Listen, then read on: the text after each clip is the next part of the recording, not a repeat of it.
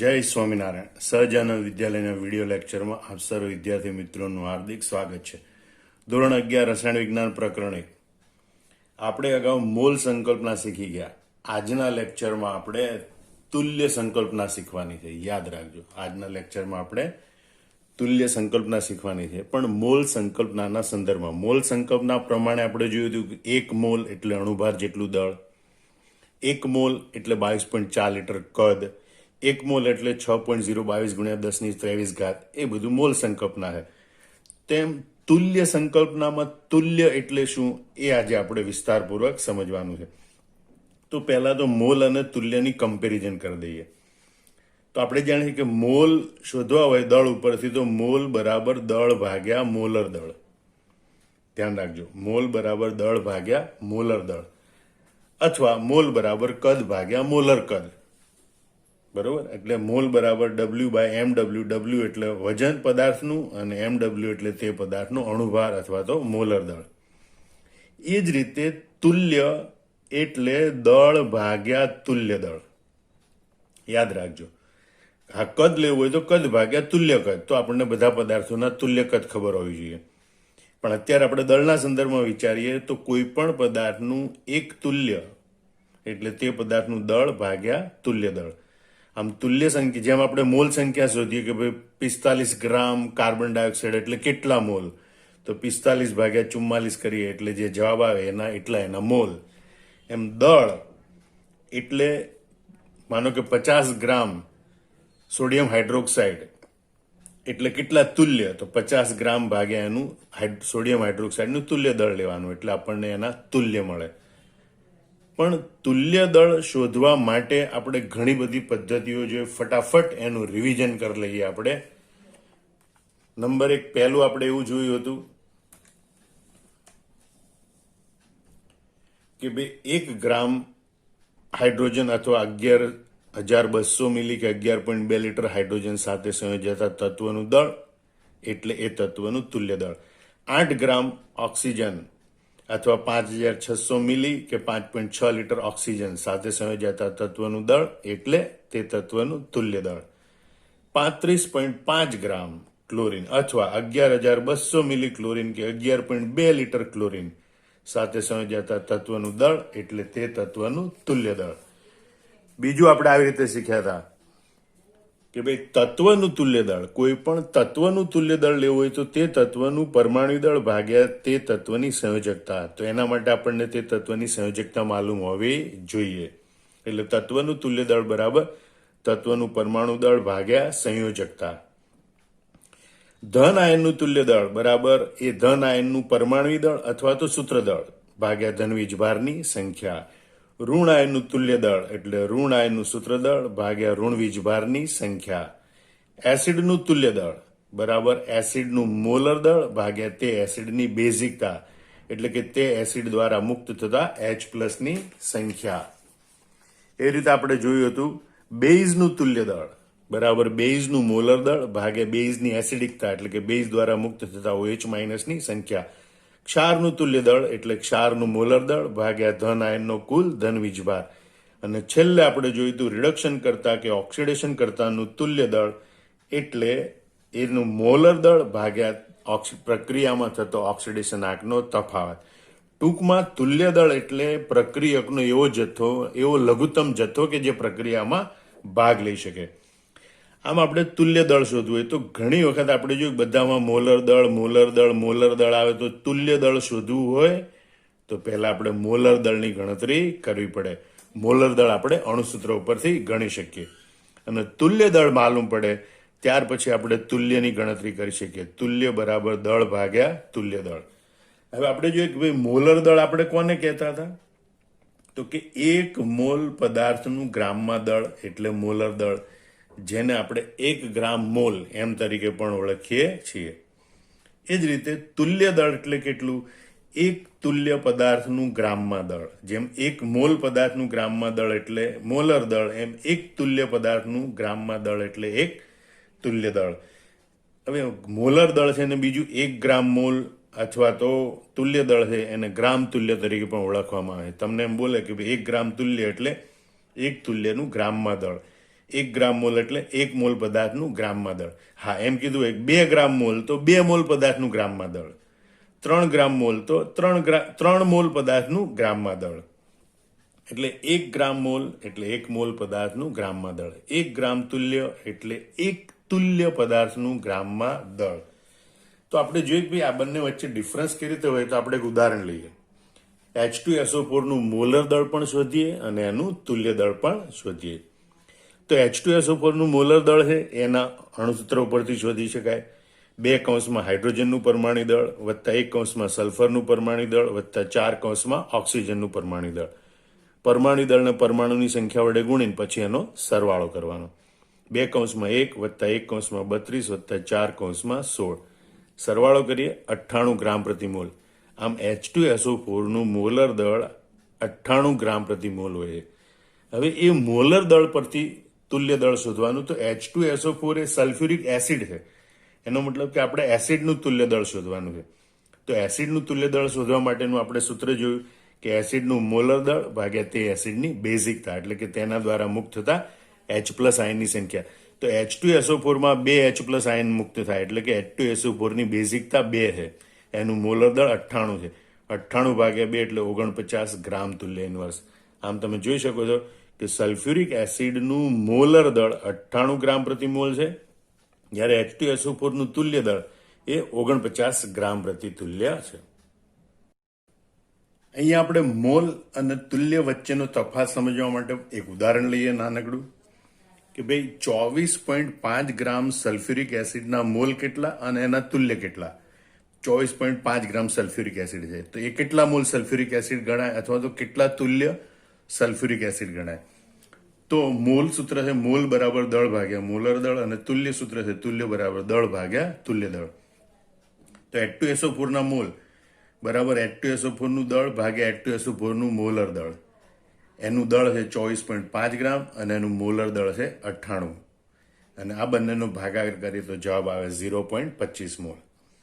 હવે આ 24.25 ગ્રામ sulphuric acid એટલે સલ્ફ્યુરિક એસિડના કેટલા તુલ્ય એ શોધવું છે. તો H2SO4 ના તુલ્ય બરાબર H2SO4 નું દળ ભાગ્યા H2SO4 નું તુલ્ય દળ. દળ છે એનું 24.5 ગ્રામ અને એનું તુલ્ય દળ છે 49 ગ્રામ પ્રતિ તુલ્ય. એ બંનેનો ભાગાકાર કરીએ તો 0.5 તુલ્ય. આમ 24.5 ગ્રામ સલ્ફ્યુરિક એસિડ એટલે 0.25 મોલ સલ્ફ્યુરિક એસિડ, પણ 0.5 તુલ્ય સલ્ફ્યુરિક એસિડ એમ ગણાય. હવે આપણે તુલ્ય સંકલ્પના સાથે સંકળાયેલી એક મહત્વની બાબત શીખીએ. એ જો પ્રક્રિયામાં ભાગ લેતા બધા જ પ્રક્રિયકો અને નિપજોના મોલ સરખા પણ હોઈ શકે અથવા જુદા જુદા હોય, મોટા ભાગે જુદા જુદા હોય છે, પરંતુ તુલ્ય છે એ બધાના સરખા જ હોય. યાદ રાખજો, પ્રક્રિયામાં ભાગ લેતા બધા પ્રક્રિયકોના અને નિપજોના મોલ જુદા જુદા હોઈ શકે, પરંતુ તુલ્ય તો હંમેશા સરખા જ હોય છે. એનું આપણે એક બહુ મહત્વનું ઉદાહરણ લઈએ.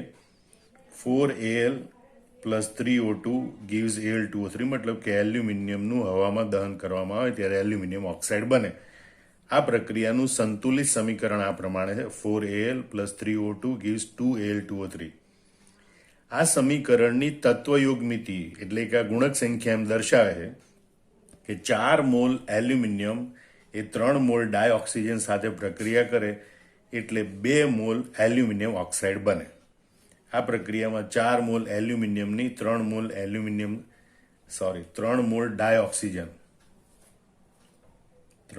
ડાયઓક્સિજન સાથે પ્રક્રિયા થઈ અને 2 મોલ Al2O3 બને છે.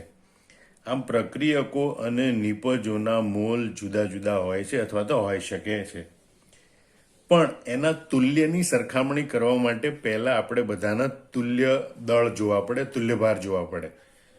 તો સૌથી પહેલા આપણે એલ્યુમિનિયમના તુલ્યભારની ગણતરી કરીએ. તો એલ્યુમિનિયમ એ તત્વ છે, તત્વનો તુલ્યભાર એટલે પરમાણુ ભાર ભાગ્યા એની સંયોજકતા. એલ્યુમિનિયમનો પરમાણુ ભાર 27 છે અને એની સંયોજકતા એની બહારની કક્ષામાં 3 ઇલેક્ટ્રોન, એટલે એની સંયોજકતા એ 3 ઇલેક્ટ્રોન ગુમાવી Al3+ ધન આયન બનાવી શકે માટેની સંયોજકતા 3. આમ એલ્યુમિનિયમનો તુલ્યભાર બરાબર પરમાણુ ભાર ભાગ્યા સંયોજકતા બરાબર 27/3 બરાબર 9 ગ્રામ તુલ્ય ઇન્વર્સ. એવી રીતે આપણે ઓક્સિજનનો તુલ્યભાર જોઈએ કે ભાઈ ઓક્સિજનનો પરમાણુ ભાર ભાગ્યા ઓક્સિજનની સંયોજકતા, એનો પરમાણુ ભાર 16, એની સંયોજકતા 2, કારણ કે બહારની કક્ષામાં 2 ઇલેક્ટ્રોન સ્વીકારી શકે, એટલે કે 2 અન્ય પરમાણુ સાથે જોડાઈ શકે. એના માટે ઓક્સિજનનો તુલ્યભાર છે 8 ગ્રામ તુલ્ય ઇન્વર્સ. બીજું એક મહત્વનું સૂત્ર યાદ રાખજો કે આયની સંયોજનનો તુલ્યભાર બરાબર ધન આયનનો તુલ્યભાર વત્તા ઋણ આયનનો તુલ્યભાર. તો આપણે Al2O3 નો તુલ્યભાર બરાબર એલ્યુમિનિયમનો તુલ્યભાર વત્તા ઓક્સિજનનો તુલ્યભાર. એલ્યુમિનિયમનો તુલ્યભાર 9 ગ્રામ તુલ્ય ઇન્વર્સ, ઓક્સિજનનો તુલ્યભાર 8 ગ્રામ તુલ્ય ઇન્વર્સ. અને માટે Al2O3 નો તુલ્યભાર થાય 17 ગ્રામ તુલ્ય ઇન્વર્સ. આપણે બીજા એવા કેટલાક ઉદાહરણ જોઈ લઈએ કે ભાઈ સોડિયમ ક્લોરાઇડનું તુલ્ય દળ બરાબર Na+ નું તુલ્ય દળ વત્તા Cl- નું તુલ્ય દળ, Al2SO4 થ્રાઇસ નું તુલ્ય દળ બરાબર Al3+ નું તુલ્ય દળ વત્તા SO4 નું તુલ્ય દળ, Ca3PO4 ટ્વાઇસ કેલ્શિયમ ફોસ્ફેટ નું તુલ્ય દળ બરાબર Ca2+ નું તુલ્ય દળ વત્તા PO4 નું તુલ્ય દળ.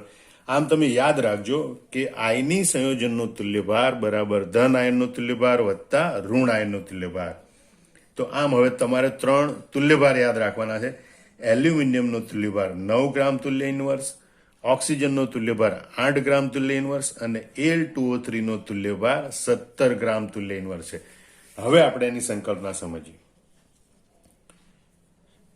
અહીંયા આપણે જોઈએ કે તત્વયોગ મિતિ મુજબ જો આ પ્રક્રિયામાં ભાગ લેતા બધા પદાર્થોના દળની ગણતરી કરીએ તો એલ્યુમિનિયમનો પરમાણુ ભાર 27 અને એના પરમાણુની સંખ્યા 4, એટલે કે 108 ગ્રામ એલ્યુમિનિયમ પ્રક્રિયામાં ભાગ લે. બીજું ડાયઓક્સિજનનો અણુભાર 32 અને એના 3 અણુ માટે 96 ગ્રામ ઓક્સિજન પ્રક્રિયામાં ભાગ લે. અને Al2O3 નો અણુભાર 102 ગ્રામ પ્રતિ મોલ આવે અને એના એવા 2 અણુ ભાગ લે માટે 204 ગ્રામ Al2O3 પ્રક્રિયા સાથે સંકળાયેલ છે. મતલબ કે 108 ગ્રામ એલ્યુમિનિયમ 96 ગ્રામ ઓક્સિજન સાથે પ્રક્રિયા કરે એટલે 204 ગ્રામ એલ્યુમિનિયમ ઓક્સાઇડ મળે. હવે આપણે હમણાં જોયું તે પ્રમાણે બધાના તુલ્ય દળ. તો તુલ્ય દળ કેટલું હતું? એલ્યુમિનિયમનું 9 ગ્રામ તુલ્ય ઇન્વર્સ, ઓક્સિજનનું 8 ગ્રામ તુલ્ય ઇન્વર્સ અને એલ્યુમિનિયમ ઓક્સાઇડનું 17 ગ્રામ તુલ્ય ઇન્વર્સ. હવે આપણે આ દરેકના તુલ્યની ગણતરી કરીએ તો તુલ્ય બરાબર દળ ભાગ્યા તુલ્ય દળ. જેમ મોલ બરાબર દળ ભાગ્યા મોલર દળ, એમ તુલ્ય બરાબર દળ ભાગ્યા તુલ્ય દળ. દળ 108 ગ્રામ હોય, તુલ્ય દળ 9 છે, 108 ભાગ્યા 9 બરાબર 12 તુલ્ય. ઓક્સિજન માટે દળ 96 ગ્રામ, ઓક્સિજનનો તુલ્યભાર 8 ગ્રામ તુલ્ય ઇન્વર્સ, 96 ભાગ્યા 8 બરાબર 12 તુલ્ય. એલ્યુમિનિયમ ઓક્સાઇડનું દળ 204 ગ્રામ, એનો તુલ્યભાર 17 ગ્રામ તુલ્ય ઇન્વર્સ, 204 ભાગ્યા 17 બરાબર 12 તુલ્ય. આમ રાસાયણિક પ્રક્રિયામાં સંકળાયેલા બધા જ પ્રક્રિયકો અને નિપજોના તુલ્ય અથવા તો મિલી તુલ્ય સરખા હોય છે. યાદ રાખજો, આની ઉપરથી ઘણા બધા દાખલા પૂછાય છે, MCQ પૂછાય છે. એટલે આ સંકલ્પના તમારે બહુ મહત્વની છે અને યાદ રાખવાની છે કે રાસાયણિક પ્રક્રિયામાં ભાગ લેતા બધા પ્રક્રિયકો અને બધા નિપજોના તુલ્ય સરખા હોય છે. એટલે કે બધા માટે દળ ભાગ્યા તુલ્ય દળનું મૂલ્ય સરખું હોય છે. બીજું એક ઉદાહરણ લઈએ.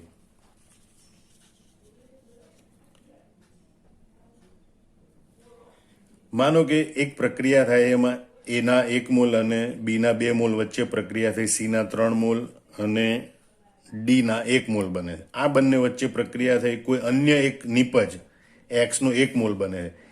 એક્સનું વિઘટન થાય એટલે વાયના 4 મોલ અને ઝેડના 1 મોલ બને છે. માનો કે આવી કોઈ પ્રક્રિયા છે. તો એ મોલના સંદર્ભમાં જોઈએ તો 1 mole A, 2 mole B, 3 mole C, 1 mole D, 1 mole X, 4 mole Y અને 1 મોલ ઝેડ. મતલબ બધા ઘટકોના મોલ જુદા જુદા છે.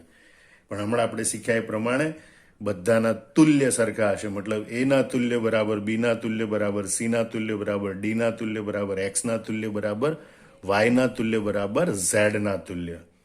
અને તુલ્ય સરખા હોય તો બધા માટે દળ ભાગ્યા તુલ્ય દળનું મૂલ્ય સરખું હોય. મતલબ એનું દળ ભાગ્યા એનું તુલ્ય દળ બરાબર બીનું દળ ભાગ્યા બીનું તુલ્ય દળ. એવી રીતે બધા માટે લખી શકાય. વાયનું દળ ભાગ્યા વાયનું તુલ્ય દળ. આ બધું. હવે અહીંયા આપણને આવી રીતે લાંબુ સમીકરણ આપીને એમ કે ભાઈ એક્સ ગ્રામ એની પ્રક્રિયા અને અંતે વાયના વાય ઘટકના વાય ગ્રામ મળે છે. ફરીથી ધ્યાન રાખજો, એના એક્સ ગ્રામની પ્રક્રિયા થઈ અને વાય ઘટકના આપણને વાય ગ્રામ મળે છે. તો જો વાયનો તુલ્યભાર ઝેડ હોય તો એનો તુલ્યભાર કેટલો? તો અહીં એનું સમીકરણ અને વાયનું સમીકરણ એમાંથી આપણને આ બંનેના દળ આપેલા છે ને એકનું તુલ્યભાર આપેલો છે. તો આ બંનેની કમ્પેરિઝન કરી અને એના તુલ્યભારની ગણતરી કરી શકીએ. આમ આખી પ્રક્રિયામાં 4 મૂલ્યો પૈકી કોઈ પણ 3 મૂલ્ય આપેલા હોય તો ચોથા મૂલ્યની આપણે ગણતરી કરી શકીએ છીએ. બીજી એક મહત્વની બાબત શીખીએ આપણે. માનો કે દ્વિવિઘટન પ્રક્રિયા એટલે કે વિસ્થાપન પ્રક્રિયા થાય છે. AB plus CD gives AD plus BC. એટલે કે બી અને સી એકબીજા સાથે જોડાય વિસ્થાપન દ્વારા અને એ અને ડી એકબીજા સાથે જોડાય. આમાંથી આપણે એક પ્રક્રિયક અને એક નિપજ લઈએ. તો આપણે જોઈએ ભાઈ AB ના તુલ્ય બરાબર AD ના તુલ્ય. કારણ કે આમ તો AB ના તુલ્ય બરાબર CD ના તુલ્ય બરાબર AD ના તુલ્ય બરાબર BC ના તુલ્ય એમ લઈ શકાય. પણ આપણે એક પ્રક્રિયક અને એક નિપજ અત્યારે લેવું છે. તો તુલ્ય બરાબર દળ ભાગ્યા તુલ્ય દળ, મતલબ AB નું દળ ભાગ્યા AB નું તુલ્ય દળ બરાબર AD નું દળ ભાગ્યા AD નું તુલ્ય દળ. ચોકડી ગુણાકારમાં મૂકીએ, મતલબ AD નું દળ અહીંયા છેદમાં મૂકીએ અને AB નું તુલ્ય દળ અંશમાં મૂકીએ. તો સૂત્ર આવી રીતે બને, AB નું દળ ભાગ્યા AD નું દળ બરાબર AB નું તુલ્ય દળ ભાગ્યા AD નું તુલ્ય દળ. હવે આ બંને આઈની સંયોજનો છે કારણ કે દ્વિવિઘટન પ્રક્રિયામાં ભાગ લે છે. માટે AB નું તુલ્ય દળ બરાબર A નું તુલ્ય દળ વત્તા B નું તુલ્ય દળ અને AD નું તુલ્ય દળ બરાબર A નું તુલ્ય દળ વત્તા D નું તુલ્ય દળ. તો આ પ્રકારની દ્વિવિઘટન પ્રક્રિયાઓ હોય એના ઉપરથી પણ દાખલા પૂછાય છે. તો એના માટે તમારે આ સૂત્ર યાદ રાખવાનું અને સૂત્રના આધારે દાખલા ગણવાના રહેશે.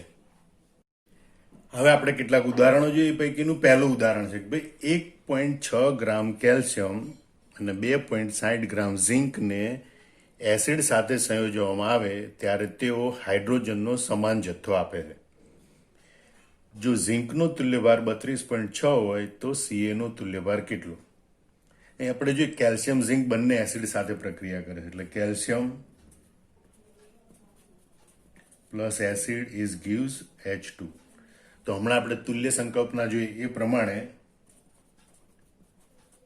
પ્રક્રિયામાં ભાગ લેતા બધા પ્રક્રિયકોને નિપજોના તુલ્ય સરખા હોય. માટે કેલ્શિયમના તુલ્ય બરાબર હાઇડ્રોજનના તુલ્ય. એ રીતે ઝિંક પ્લસ એસિડ, ઝિંક પણ એસિડ સાથે સંયોજાય તો હાઇડ્રોજન ઉત્પન્ન કરે. માટે ઝિંકના તુલ્ય બરાબર હાઇડ્રોજનના તુલ્ય. હવે હાઇડ્રોજનનો સમાન જથ્થો ઉત્પન્ન થાય છે. એની ઉપરથી એમ સાબિત થાય કે કેલ્શિયમના તુલ્ય બરાબર ઝિંકના તુલ્ય. હવે કેલ્શિયમના તુલ્ય એટલે શું? કેલ્શિયમના તુલ્ય એટલે કેલ્શિયમનું દળ ભાગ્યા કેલ્શિયમનું તુલ્ય દળ બરાબર ઝિંકના તુલ્ય એટલે ઝિંકનું દળ ભાગ્યા ઝિંકનું તુલ્ય દળ. કેલ્શિયમનું દળ રકમમાં કેટલું આપેલું છે?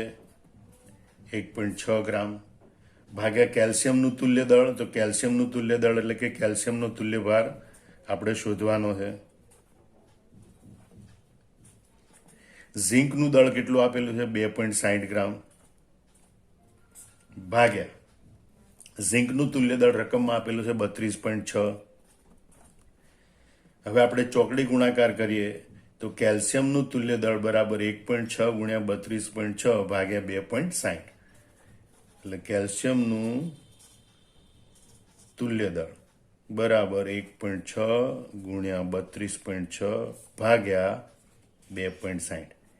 કેલ્ક્યુલેટરની મદદથી આનું સાદુરૂપ આપીએ તો જવાબ આવે છે 20.06 નિયરલી ઇક્વલ ટુ 20 ગ્રામ તુલ્ય ઇન્વર્સ.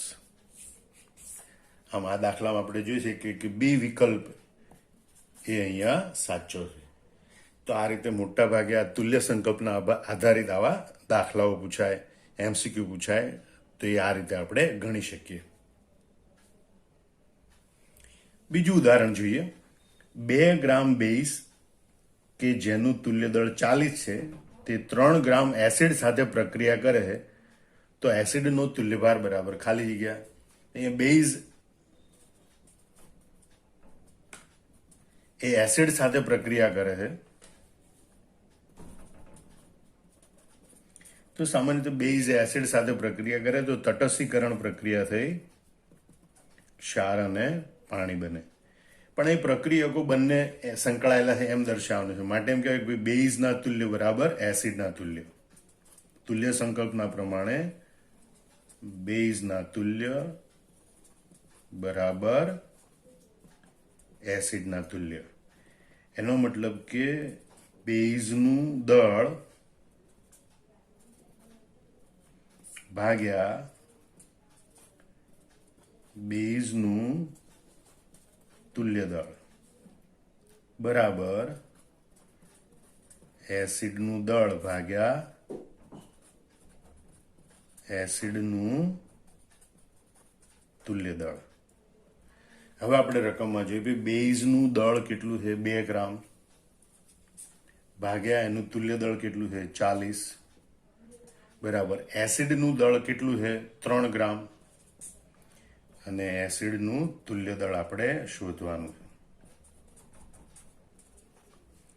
તો માટે એસિડનું તુલ્ય દળ બરાબર ચોકડી ગુણાકાર કરીએ આપણે તો એસિડનું તુલ્ય દળ ગુણ્યા 2 બરાબર 40 ગુણ્યા 3 પછી 2 છેદમાં આવે મતલબ 40 ગુણ્યા 3 ભાગ્યા 2 2 વડે ભાગો તો અહીંયા 20 20 તરી 60 માટે અહીંયા લખી શકાય 60 એટલે કે એસિડનો તુલ્યભાર 60 ગ્રામ તુલ્ય ઇન્વર્સ હશે અહીંયા પણ વિકલ્પ બી એ સાચો છે હવે આપણે ઉદાહરણ 3 જોઈએ